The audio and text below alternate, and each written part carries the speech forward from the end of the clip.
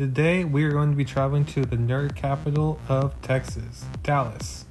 Not just for any event, but we're going to the biggest nerd party of the entire year, NERDCORE 2025 at the, well, I can't really say the name. You might as well just want to look into it.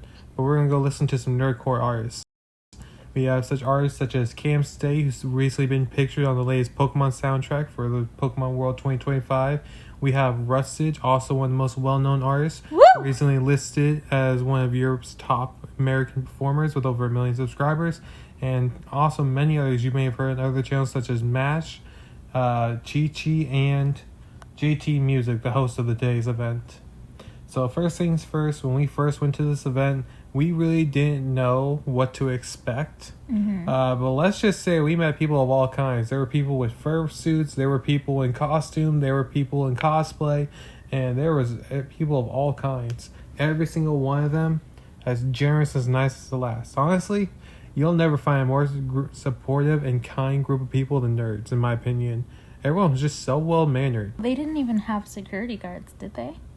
They did not, but we'll get into that later. And honestly, I just wish they smelt as nice as they act, if I'm being honest. Hey.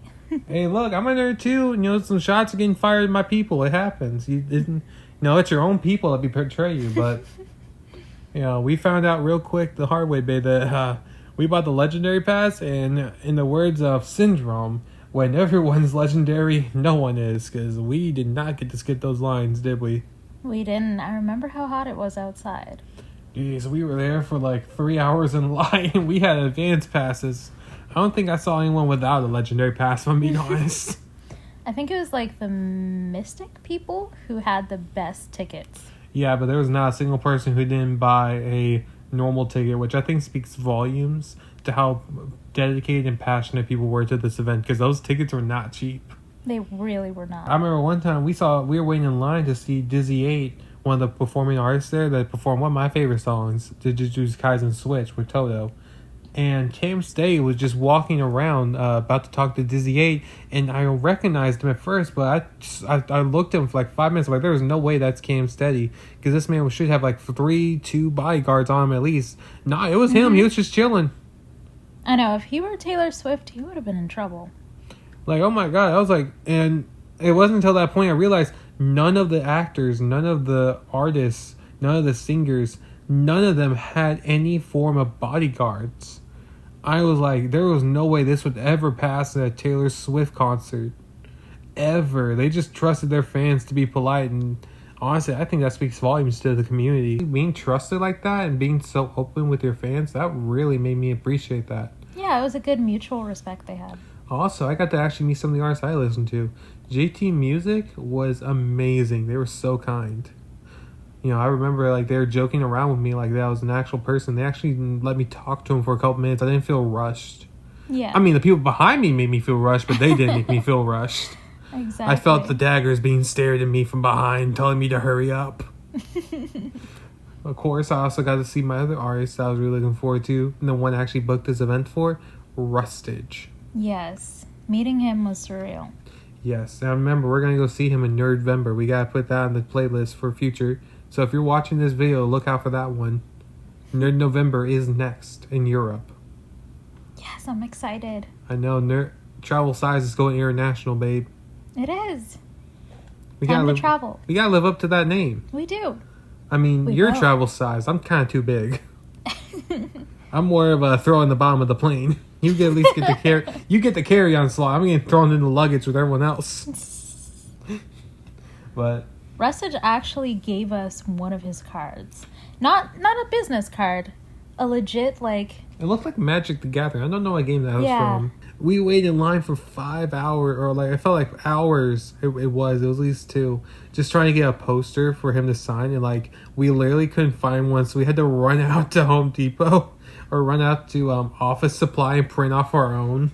Yeah. I really just had so less time. I just printed out his YouTube logo. Guys, if you can't find the merchandise you want, make your own. Exactly. That's what I did. I had to make my own last minute. Oh, that was amazing. We gotta show a picture of that on the chair. We gotta show them a picture of that real quick. But we actually got signed by a bunch of different artists. We got signed by all the artists I really like. Cam Stay, Rustage, JT Music, a bunch of others really signed it. I loved it all, and they were all so nice about it. Yes, we were in the nerdiest part of Texas, in Dallas. And the performances, oh my gosh. Cam Steady, when he walked out to that stage in handcuffs, I thought, oh my god, what's this man about to do? He went crazy with what? it. You remember he didn't walk out? He walked out literally with 5+ people. I thought they were his bodyguards and handcuffed in like handcuffs, like gauntlets. Oh my gosh, and he, I like, missed that. How'd you miss that? I did. I remember very vividly, and you can check this out. Game Boy Jones played a song called I Need a Big Girl, right? Oh, no. It wasn't until my wife went to use the restroom, folks, and when she came back, that song started playing, and then she gave me a look I can only describe as whenever you're watching versus when your parents walk in. I had to swear up and down, I'm not like that, babe. I swore she gave me the look like I was lying. Yes, I was hearing a lot of the songs for the first time. There was so much FNAF. Like, every single artist at least played one FNAF song. I don't know why the artists all gave their heart out. Yeah. I don't think there was a single artist who just got out there and didn't try. Like, every single one of them performed their absolute hardest. And I remember when we got into the mosh pit. That was the most fun I had in that concert. It was. Like, we all were basically sharing a pulse out there. My gosh. When they started playing Switch from the Jujutsu Kaisen rap of Dizzy 8, oh, my wife was on the back, was on my shoulders, folks, and she started getting that country bull ride. I started going back and forth. She was hanging on for dear life. Yes. Like, we piggybacked, and he kept moving me side to side with the tempo of the song. Hey, look, you said you wanted to ride the bull in Texas. But, yeah, it was really fun. We didn't just do that, though. We also went to the Universe of Lights, right? At the Gaylord Texan.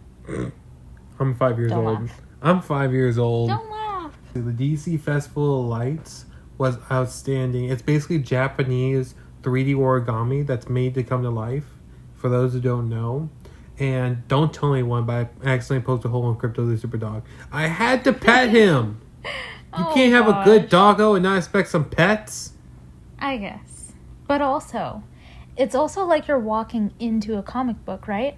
Yes. When you walked in at first, it was just a bunch of comics from classic and modern eras. Everything from Wonder Woman to Flash to especially Superman.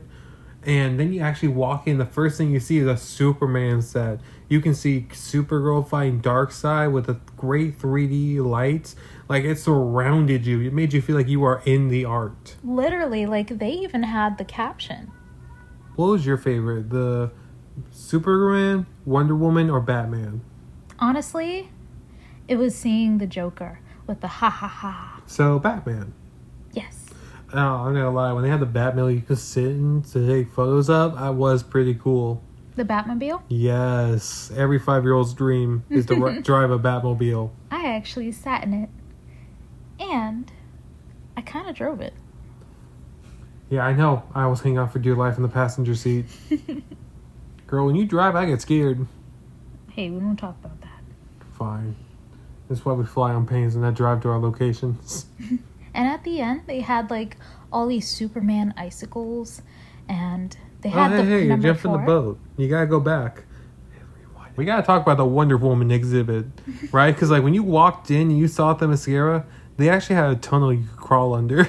Oh yeah. You made me crawl under that. I'm 6'4". That's made for kids. I thought I could hide from them, guys. You can never escape.